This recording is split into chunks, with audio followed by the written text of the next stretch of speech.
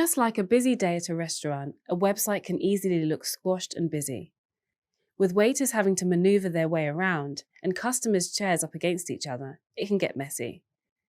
Good restaurants usually have carefully planned layouts to make customers feel comfortable and allow waiters to move around with ease. Sometimes, creative web development requires thinking inside the box. In this video, I will demonstrate how to use the box model in CSS to create an appealing layout and allow users' eyes to easily flow between content. When an HTML document and CSS style sheet are downloaded, the web browser needs to know how to display the elements on screen. To do this, it allocates a rectangle or box to each element. CSS rules are applied to the boxes of the elements. This is known as the box model.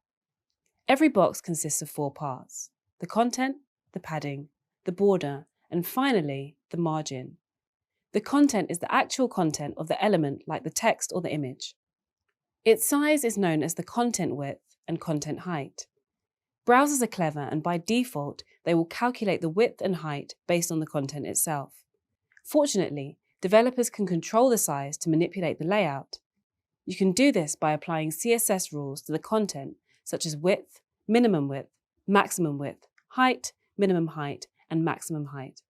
Let's move on to the padding. The padding extends the content size. Its size is known as the padding box width and the padding box height. The thickness of the padding is determined by the padding top, padding bottom, padding left, and padding right.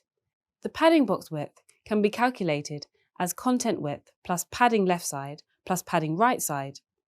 And you can calculate the padding box height by adding the content height, the padding top side, and padding bottom side together.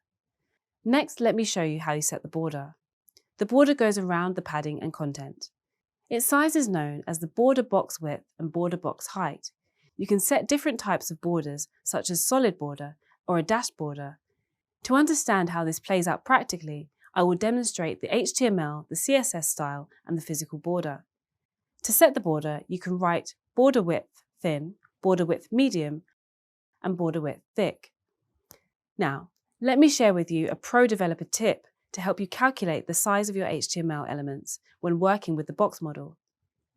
An HTML element is equal to the size of the border box.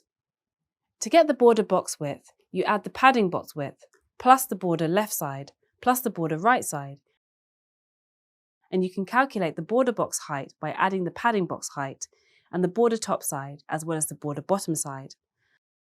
Lastly, let me show you how to set the margin. Following on from what you have just learned, do you have an idea of what the CSS rule might be?